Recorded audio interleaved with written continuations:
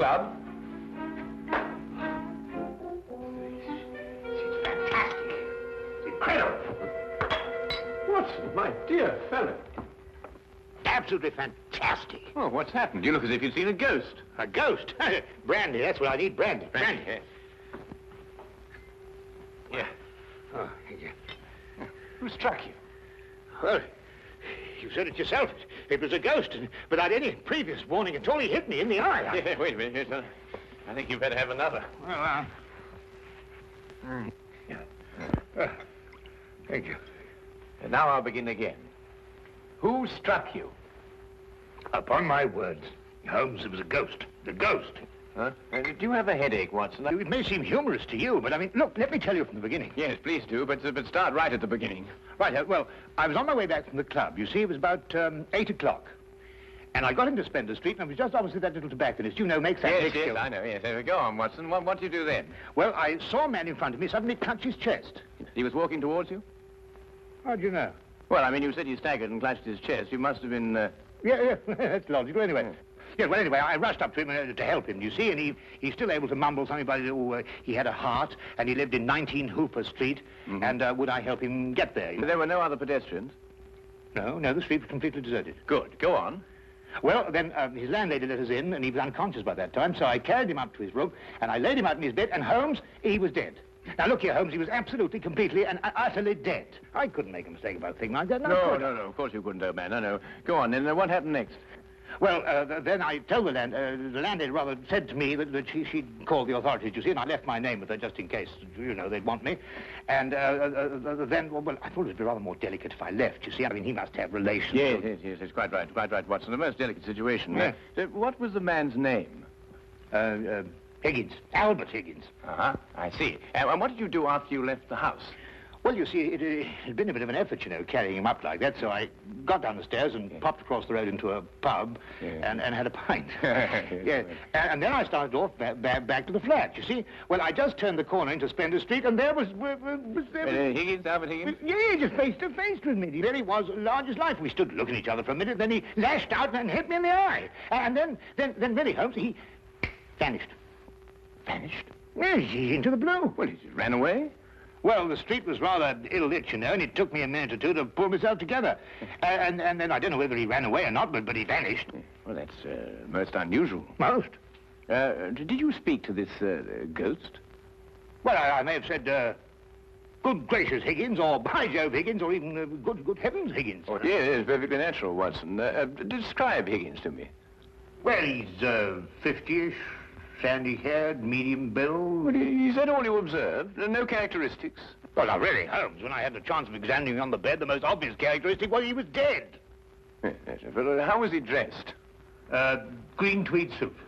What, just wearing a green tweed suit? He must have been wearing something more than that in this weather.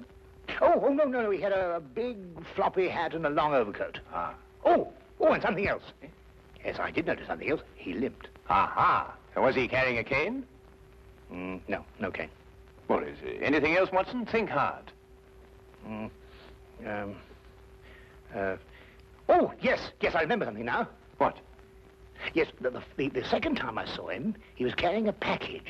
For the first time, he didn't have one. Now this is curious.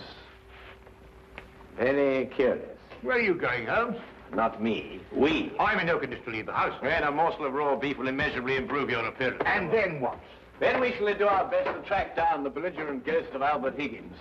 Fascinating idea, don't you think? Well, the whole thing's been most unnerving, you know. I mean, it knocks the wind out of the chap, yes. Oh, really, no one.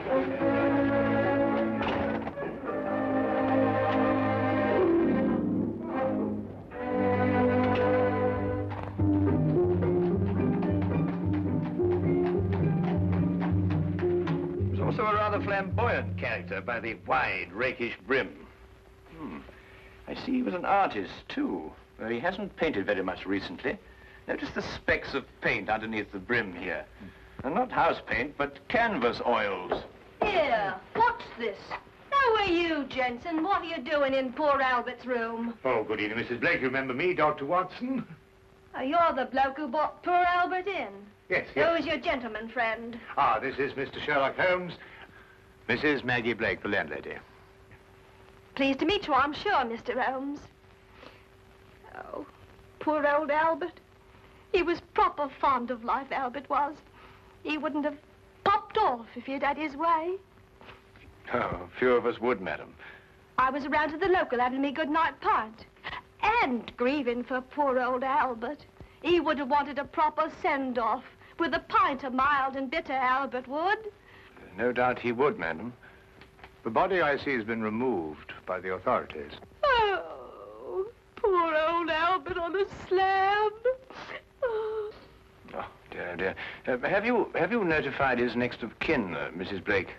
No, he had none. He was all alone. Oh, I see. Where was Mr. Higgins employed, madam?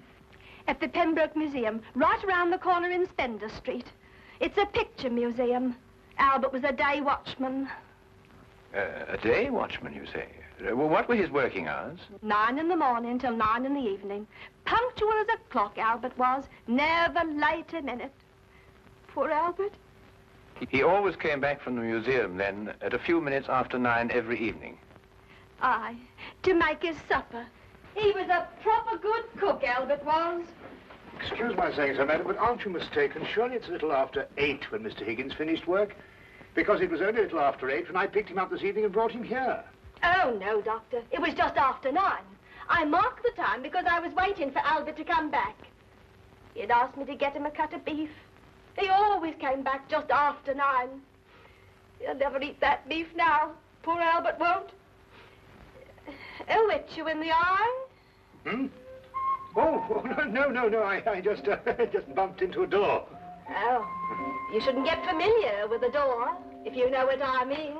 Well, really, that... Yes, I think we've found out all we can for the time being, Watson. Thank you, madam. We shan't intrude on your grief any further. Poor old Albert. It really is most embarrassing about this eye, Holmes. Did you hear what she inferred? It's a terrible situation. And she's wrong about the time. It was only a little after 8. And it's only a few minutes' walk to Spender Street. Yes. Time is a curious dimension, Watson. Habit and a preconceived notion can so easily reverse the hands of a clock. And yet the clock is still in perfect working order. Where are we going?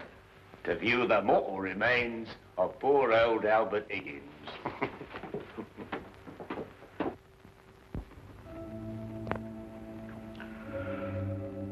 Well, there he is, Mr. Holmes. Nice and peaceful, like, eh? Poor chap. See anything, Holmes? Nothing that I haven't already deduced, except that I drew an erroneous conclusion from his hat. He has painted recently, but indoors with his hat off. There are still traces of paint, quite fresh under his fingernails. What does that mean? I haven't the faintest idea. Well, you gents aren't the only ones interested in this dearly departed. Inspector Lestrade of Scotland Yard's looked him over, too. Oh, indeed. Oh, he's still here if you'd like to talk to him. Well, that should be very informative for one or the other, or both of us. I can't understand it, Holmes. I'm absolutely sure this is the man who punched me. I'm positive. But also the one who had the heart attack? Yes, I'm sure of it. One and the same. Well, he's punched his last punch. Where he probably is, they're punching him. Full of holes with pitchforks. Yes, well, I think we've seen and heard enough. Would you like to take us to Inspector Lestrade now, please?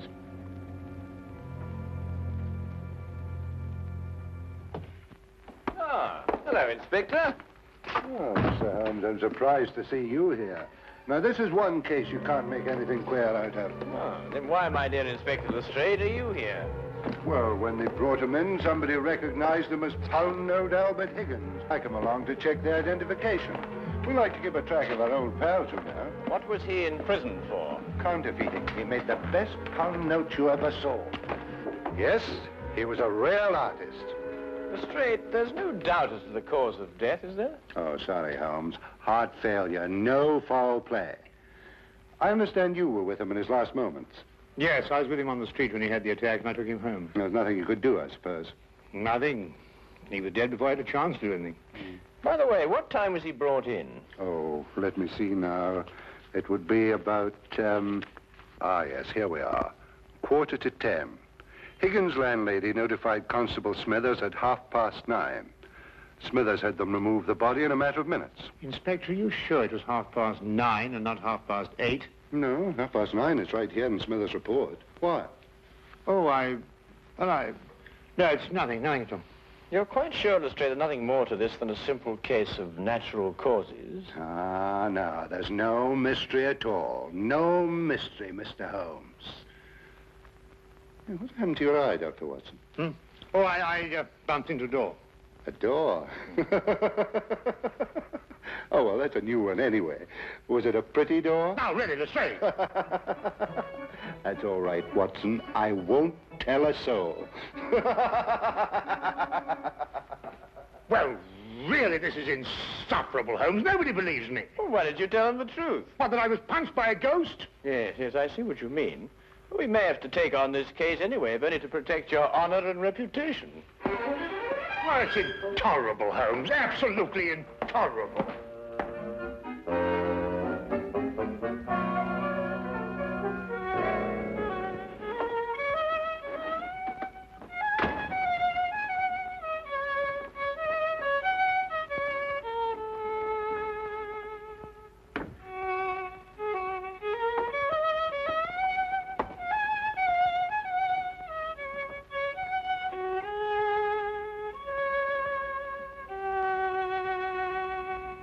Oh, evening, Watson. Anything wrong? No, nothing. Of course not, everything night. Oh, you're sure you're not brooding over last night's affair, are you? Of course I'm not. Don't be so ridiculous. Oh, come on, out with it, man. Well, No, there's nothing to come out with. I don't know what you're talking about.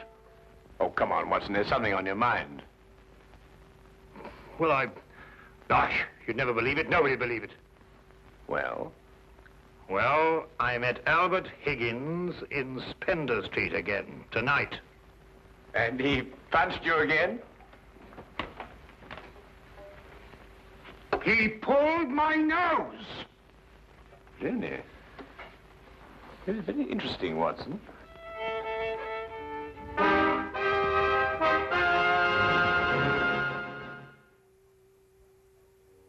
My dear Watson, calm yourself. Look here, Holmes. This whole Higgins affair's gone too far. First of all, last night and now tonight. Calm yourself, Watson, and relate. Everything hangs on this second encounter. Well, it occurred just it had last night. I was on my way back from the club, and I'd reached Spender Street. It was a few minutes ago, as a matter of fact, just after 9 o'clock. I'd stayed rather later in the club than usual. There was a chap from Afghanistan. They was awfully interesting. Yes, Watson. Get on with his story. Well, I was rather preoccupied, as you know. This affair's cut me up, rather, and although I may not show it. Anyway, I was walking along. I suddenly looked up, and there was the pedestrian, a man a few feet from me. Walking towards you? Oh, yes. Of course, I didn't recognize him straight away for, you-know-who. Anyway, I sidestepped him past, and he sidestepped to let me pass, and then we sort of zigzagged about a bit, you know what it is on the street, and ended up by bumping into each other. Now, that's when you recognized Albert Higgins? But it was Higgins. I couldn't be mistaken. Good heavens, man, I know him like my own brother. Dressed as he was last night? Exactly. And what did he do then? Well, as I told you, then he put out his hand, and he... Well, yes, we'll go into that. And then he was gone, vanished. Capital, Watson, capital. Everything begins to fall into place. Now, there's one more question. Was he carrying a package? Well, yes, he was, just like last time. I say, Holmes, do you believe, What? Supernatural? Ghosts, do you mean? Sounds silly, I know, but, Higgins did die of a heart attack. There was no foul play. No foul play? Why, the whole affair reeks of foul play. I can tell you, Watson, I haven't been idle today. Do you know that the Pembroke Museum is showing a collection of paintings on loan from the Italian government, and that included amongst those paintings is Leonardo da Vinci's Moonlight Madonna? Well, I did read something about it in the paper. What's that got to do with Albert Higgins? Well, we must now pay a visit to the good inspector and inform him that if the ghost of Albert Higgins hadn't struck you in the eye... And pulled my nose. And pulled your nose, I would never have suspected the Moonlight Madonna would be stolen from the museum. What? Well, it's quite obvious, isn't it? Well, of course.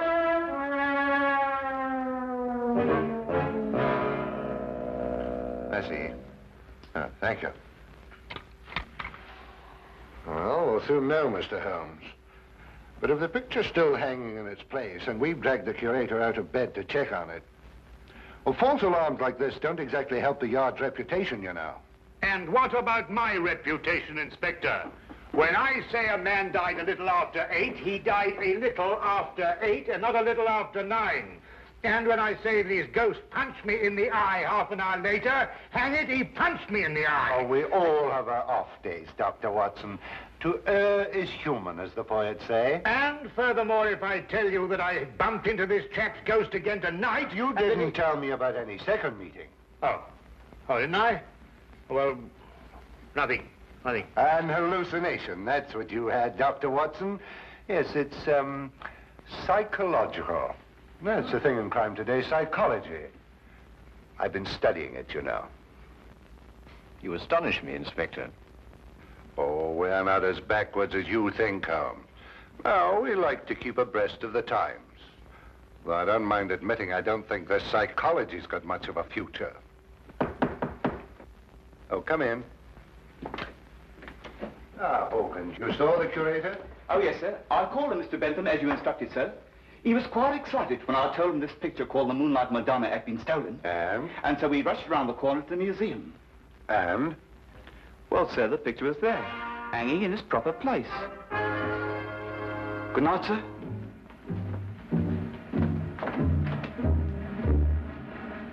Well, there you are, Holmes. As I said to Dr. Watson, to err is human. Can I give you gentlemen a lift anywhere? Thank you, Inspector. Oh, I think it might be a good idea if we called at the Pembroke Museum on our way. But you heard what Hawkins said. The picture was hanging in its proper place. My dear Lestrade, Hawkins' statement merely proves that what he and the curator saw was not the Moonlight Madonna at all. Merely an excellent forgery.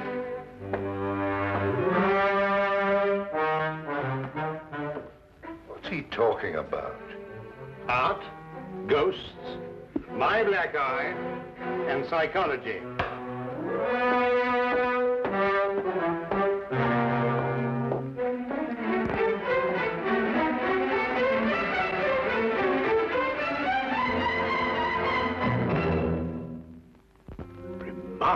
Remarkable.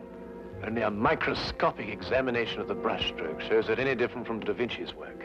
Of course, if you still have any doubts, a chemical analysis of the paint mixtures will prove them to be of modern manufacture.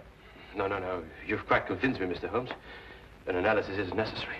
Dear me, this is catastrophic. A rather delicate situation, eh? Delicate? The Italian government will hold the British government responsible.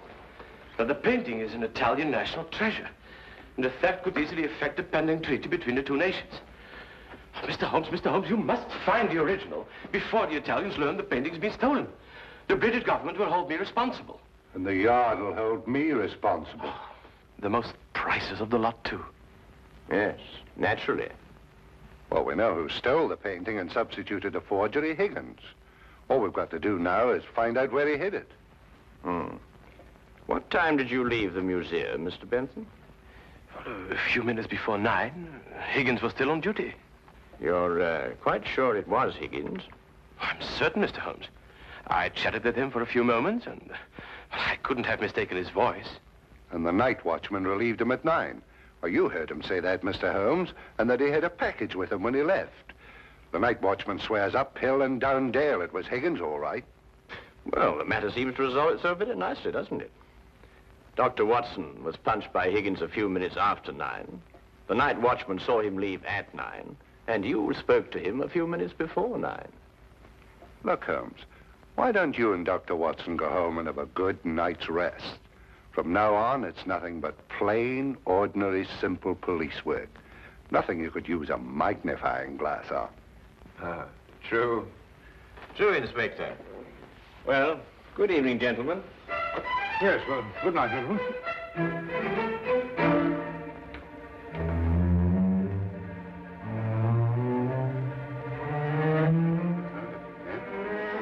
Terrible, Inspector. Terrible, Inspector. Terrible. What do we do now? Interesting affair, eh, Watson? Look, I don't care what anybody says. It was after 8 when Higgins punched me. Well, has it occurred to you that if Higgins didn't punch you, who had the heart attack? Well, now, look here, Holmes, Oh, confound it, for all I know, it was Higgins who punched me and his ghost had the heart attack. Come on, Watson.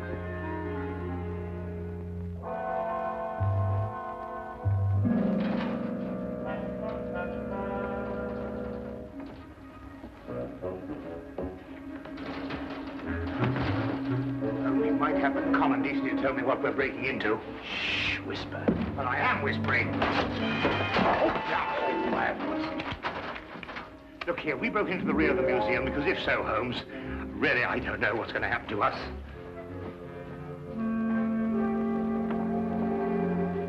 Here, hold this. What? Oh.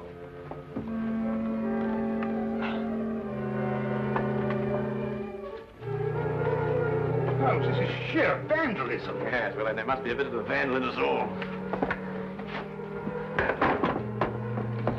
Holmes, what are you doing? This is wanton destruction. I've never seen anything like this in my life. I forbid you to. I didn't know this side to your character, Holmes. I'm shocked. Ah, just as I thought. Look, Watson. Good heavens, the Moonlight Madonna. Yes, ingenious, isn't it? And yet, what could be simpler than to attach it to the back of an old mother painting? How on earth did you work that out? Well, I just asked myself where I would hide a stolen canvas. Holmes, have you gone mad? No. We're just to wait events. I don't think we should have to wait very long.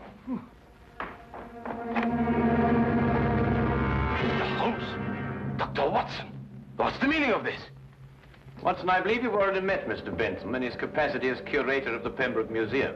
Allow me to present him to you now as the picture thief. Charmed, Dr. Watson. Oh, delighted. What is this? So you discovered my little hiding place, Mr. Holmes. I'm curious. How did you know it was I and not the late lamented Higgins? Yes, I believe Dr. Watson's story from the first. If Higgins died at a little after 8, it must have been someone else who struck him a little after 9. But it was Higgins who punched me home. Oh, no, Watson. It was a limp, wide, floppy hat and an exceedingly long overcoat that punched you, seen in a dimly lit street. A psychological misidentification, as the good inspector would call it. The night watchman was also a victim of the same illusion.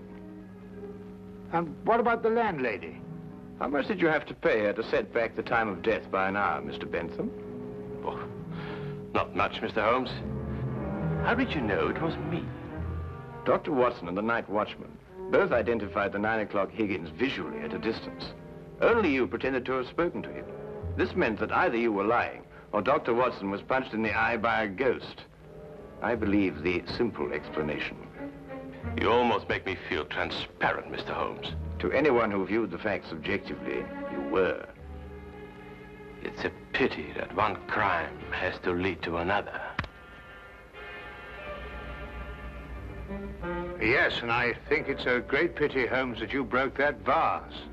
Oh, yes, but it's only an imitation. Nonsense, you can't tell me that that sort of work like this is an imitation. Perhaps the pieces can be... Well done, Watson, well done. You know, Holmes, you're going to have to invite him here to catch us. You put us in rather an awkward position. Oh, my dear fellow, I have sublime confidence in your ability to extricate us from any predicament in which my rashness may place us.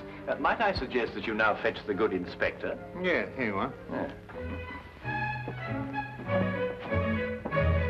Excuse me. I say, Holmes, Bentham punched me in the eye. Who was it tweaked my nose? Well, my dear old chap, it was absolutely imperative that I make certain that the limp, the hat, and the coat were really capable of fooling you. You? Yes, I regret to say I not only tweaked your nose, but I also pulled your leg. Oh!